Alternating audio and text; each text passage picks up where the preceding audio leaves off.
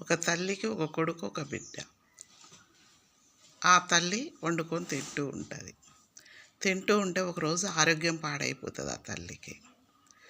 పాడైపోయినాక బిడ్డ వస్తుంది.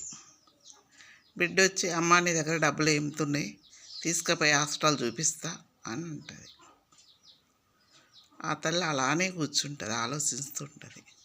కొడుకు వస్తాడు, అయ్యో అమ్మ ఆరోగ్యం బాగాలేదట ఏంటి అని కొడుకు అడుగుతాడు.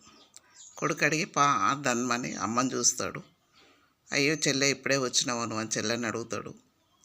అడిగేసి అమ్మ అని ఆటోలో కూర్చోబెట్టుకొని తీసుకెళ్ళి హాస్పిటల్ చూపిస్తాడు డాక్టర్కి.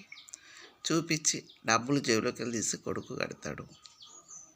కట్టేసి అప్పుడు తల్లిని తీసుకొచ్చి అమ్మ నువ్వు ఇక్కడ ఉండలేవు, వండుకుంటలేవు, నా దగ్గరికి రా అని కొడుకు అడుగుతాడు.